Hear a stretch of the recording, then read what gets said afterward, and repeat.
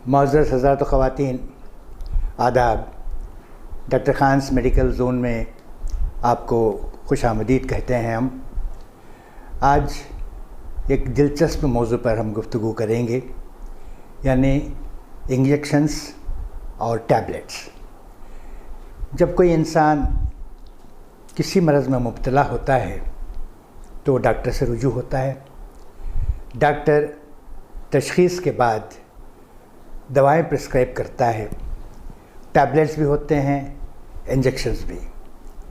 मरीज़ परेशान, जहां टैबलेट्स हैं तो वहां इंजेक्शंस की क्या ज़रूरत है, इस पर हम तफसीली गुफ्तगू करेंगे। दोनों की क्यों ज़रूरत डॉक्टर को पड़ती है और वो क्यों प्रिस्क्राइब करता है टैबलेट्स के साथ इंजेक्शन को, और इन दोनों में कौन सा मुजर्रब तरीक़ा है, आज हम इस पर गुफ्तगू करेंगे। डॉक्टर साहब, मेरा सवाल, जैसा कि मैंने अभी बताया कि इंजेक्शंस और टैबलेट्स, ये दोनों का इस्तेमाल बराबर। जी डॉक्टर साहब, ये एक बड़ा अजीब व गरीब मौजू है। हर डॉक्टर की ज़िंदगी में जो मरीज़ आते हैं उन्हें डॉक्टर इंजेक्शन नहीं चाहिए, उन्हें सिर्फ टैबलेट चाहिए, मीठी दवा चाहिए, कड़वी दवा नहीं चाहिए। तो इस तरह से क्या है कि एक आपका क्या हुआ सवाल। डॉक्टर साहब, आपको मीठी दवा के साथ मुझे पुराने वक्तों की बात याद आ गई। शरबत दिया करते थे। जी जी, सही है जी। शरबत अलग अलग अलग रकम। हाँ जी। Now a way to advance our existing science skills to learn pharmaceutical drugs. जी। To forms that medications commonly take is injections, injectables and tablets and capsules।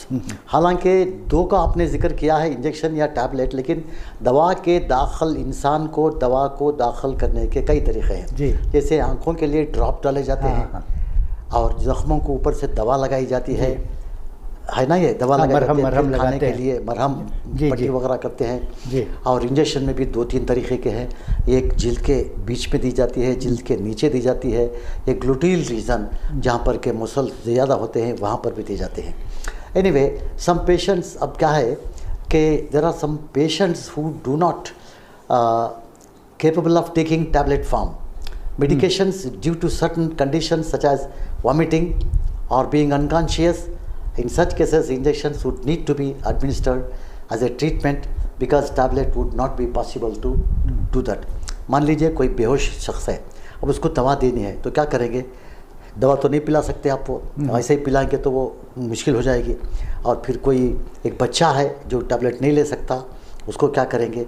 और एक अनका बेहोश हो गया है और जिसके वॉमिटिंग बहुत ज़्यादा हो रही है, इस तरह से जो भी दवा देंगे आप वॉमिट हो जाएगा उसके लिए। इस तरह के कुछ पेशेंट्स का क्लासिफिकेशन होता है, क्लासिफाइड इनटू 2-3 टाइप, मतलब यह कि कुछ दवाएं ऐसी हैं जिनको इंजेक्शन के ज़रिए से ही दी जा सकती है, कुछ लोग ऐसे हैं जिनको इंजेक्शन से ही इलाज किया जा सकता है। तो इस तरह से इंजेक्शन और टैबलेट दोनों भी ये हैं। अब आते हैं हम लोग टैबलेट फॉर्म के लिए। While tablets are first absorbed through the stomach and then passes through the liver before entering the bloodstream। अब क्या है कि जब दवा लेंगे तो सबसे पहले वो स्टमक में जाएंगे, स्टमक में डाइजेस्ट होगा, उसके बाद दवा के असरात लेंगे, फिर वो लिवर में जाएंगे, लिवर से जो है ब्लड स्ट्रीम में जाकर के। आपके कहने का मतलब ये है कि टैबलेट जो है वो देर असर साबित होती हैं। देर असर दे तो इंजेक्शन फौरी असर करता है। हाँ, फौरी असर करता है। ये कैसा है मैं अभी थोड़ी देर में बताता हूँ आपको। बीइंग ब्लड स्ट्रीम में बाद में जाती है ये। Injected medication enters the blood stream immediately. हाँ, फौरी तौर पर वो जो है ब्लड स्ट्रीम में चली जाती है। As such in a case where medication is offered to both formats. दो फॉर्मेट हैं, एक टैबलेट फॉर्मेट है और दूसरा जो है इंजेक्शन फॉर्मेट है। दोनों में भी जो है ये फॉर्मेट से दी जा सकती है। The injection would act faster than the tablets. In emergency cases doctor would prefer injection rather than job. अब मान लीजिए कोई एक्सीडेंट का केस आया, गोली खोलो मुंह खोलो कर नहीं सकते हम लोग, उसे फौरी तौर पर उसका खून रोकना है, फौरी तौर पर उससे दर्द कम करना है, तो इंजेक्शन की सहारा की ज़रूरत पड़ती है। However the effectiveness would remain the same. ऐसा नहीं है कि टैबलेट का असर कम है, इंजेक्शन का असर ज़्यादा है, ऐसा भी नहीं है। दोनों के इफेक्ट ज़्यादा होते हैं, लेकिन थोड़ा सा वक्त का तकाजा होता है कि वक्त के लिए वक्त ज़्यादा दरकार होती है टैबलेट के लिए। Remain the same as an matter, the format remains the same. चाहे वो लो चाहे ये लीजिएगा, कुछ भी करेंगे आप, अल्लाह का करम हो जाएगा।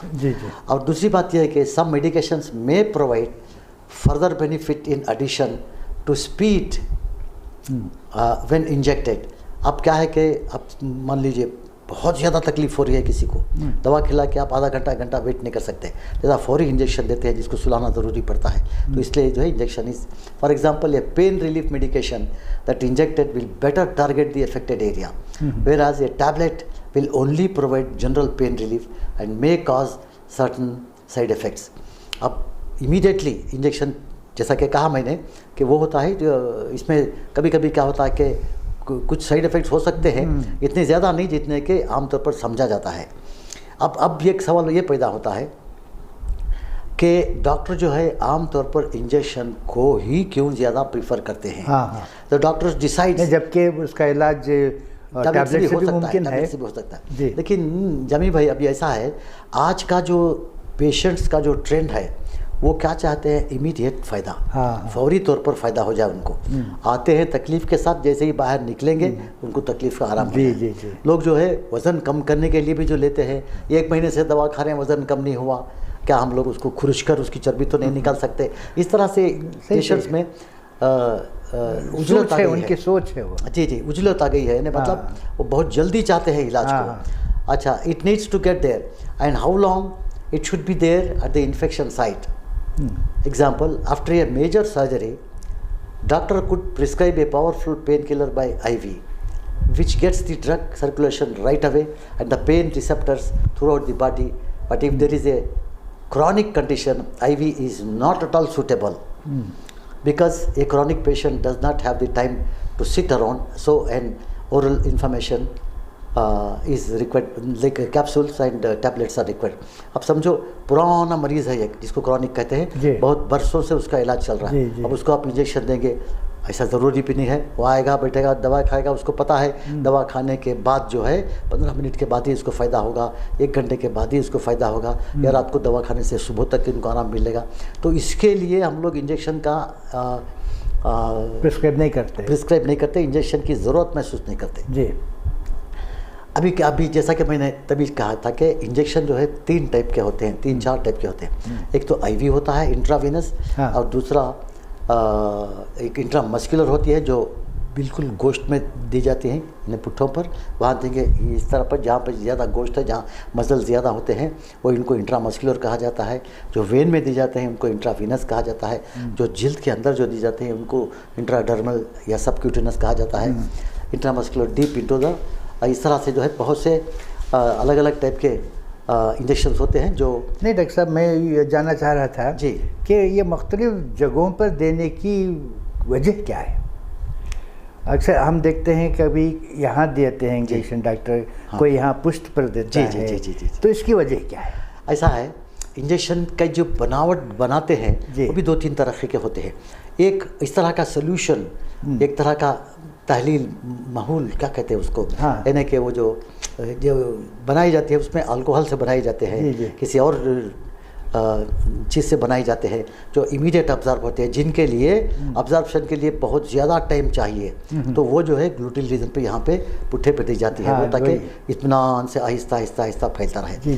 यहाँ जो दिया जाता है वो जल्दी जल्दी हो जाएगा, उससे 50% कम में हो जाता है। इसीलिए site of injection is decided by the doctor itself कि इस इंजेक्शन को। और कुछ इंजेक्शन ऐसे हैं जिनको ऑयल में बनाया जाता है, ऑयली होते हैं, जो बहुत पेनफुल होते हैं। अब वो इंजेक्शन देने के 24 घंटों तक भी उनको दर्द का सिलसिला रहता है, तो उसको फैलने के लिए वक्त चाहिए। तो जो है इसी जगह को कमर के नीचे से ही बेहतर तौर पर दिया जा सकता है। जी।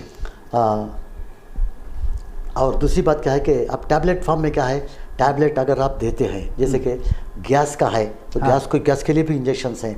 तो कुछ दवाएं ऐसे हैं जो खाने से पहले ली जाती है, कुछ दवाएं ऐसे हैं जो खाने के बाद दिए जाते हैं। या इंजेक्शन में जो है इमीडिएट चाहे खाओ या नहीं खाओ आपको इंजेक्शन दे दिए जाते हैं, ताकि स्ट्रेट अवे वो जो है ब्लड स्ट्रीम में चले जाते हैं, ताकि पेन रिसेप्टर्स को कंट्रोल कर सके। पेन को, दर्द को संभालने के लिए भी रिसेप्टर्स होते हैं, अब उनको कंट्रोल करने के लिए ये इंजेक्शन दिए जाते हैं। तो इस तरह से क्या है कि दो तरह की चीज़ें होती हैं। अब समझो आईवी देने से इमीडिएटली इसे पहुंच जाता वो इन्हें जिस्म में, पूरे जिस्म में पहुंच जाते हैं। एक बच्चा है जो रो रहा है, अब उसको टैबलेट देंगे तो वो खाएगा नहीं, छोटा बच्चा है वो उसको मज़े का भी एहसास नहीं है, तो लिहाजा उसको इंजेक्शन देने से बहुत जल्दी होता है। आमतौर पर पीडियाट्रिक डॉक्टर जो है इंजेक्शन से ही उसको देने की कोशिश करते हैं। तो अभी क्या है, बहुत सी दवाएँ हैं, कई बार क्या है कि 10 ml की दवा देनी पड़ती है। टॉनिक किस्म की जो दवाएं हैं बहुत ज़्यादा हैं, जिनकी मिक़दार ज़्यादा होती है। अब उस इतनी बड़ी इसको इंजेक्शन से दे लेके बैठेंगे भी तो नहीं होता, उसके लिए आपको वो डेक्सट्रोज जो है उसमें डाल के आहिस्ता आहिस्ता देंगे, तो 1 घंटा 2 घंटे में जो है वो पूरा पास हो जाएगा। तो आमतौर पर इसका डिसीजन डॉक्टर ही लेते हैं कि टैबलेट चाहिए या इंजेक्शन चाहिए। तो ये अब इसको वो उसके बीच में आना मुनासिब नहीं समझता हूँ। आमतौर पर बोलते हैं हमें इंजेक्शन नहीं चाहिए, हमें टैबलेट चाहिए, इस तरह से उनको ही कम फ़ायदा होता है। फैसला छोड़ दीजिए डॉक्टर के ऊपर, डॉक्टर के ऊपर फैसला छोड़ देंगे तो इंशाल्लाह वो सही फैसला करके करेगा। उसे कुछ फ़ायदा नहीं होगा भाई, इंजेक्शन चुबा कर आपको तकलीफ़ दे करके ये करने से कुछ फ़ायदा नहीं। वो चाहता है कि मेरा मरीज़ बहुत जल्दी, बहुत आसानी के साथ इसे फ़ायदा पहुँचे। तो ये थे ये दोनों के। अच्छा, तो नाज़रीन, अभी हम डॉक्टर साहब से इंजेक्शन्स और टैबलेट्स, इन दोनों के इस्तेमाल में फ़र्क क्या है, क्यों इंजेक्शन का इस्तेमाल होता है और क्यों टैबलेट्स, जबकि दोनों कारआमद मुफीद चीज़ें हैं, मरज़ के लिए बेहतरीन दवा के तौर पर इनको इस्तेमाल किया जाता है, मगर इंजेक्शन्स क्यों दिए जाते हैं और टैबलेट्स का इस्तेमाल क्या है। आपने डॉक्टर साहब से बड़ी मुफीद गुफ्तगू समाअत की। इंशाअल्लाह हम अगले एपिसोड में इसी तरह एक नई मौजू के साथ हाज़िर खिदमत हो जाएंगे। इजाज़त दें, खुदा हाफिज़।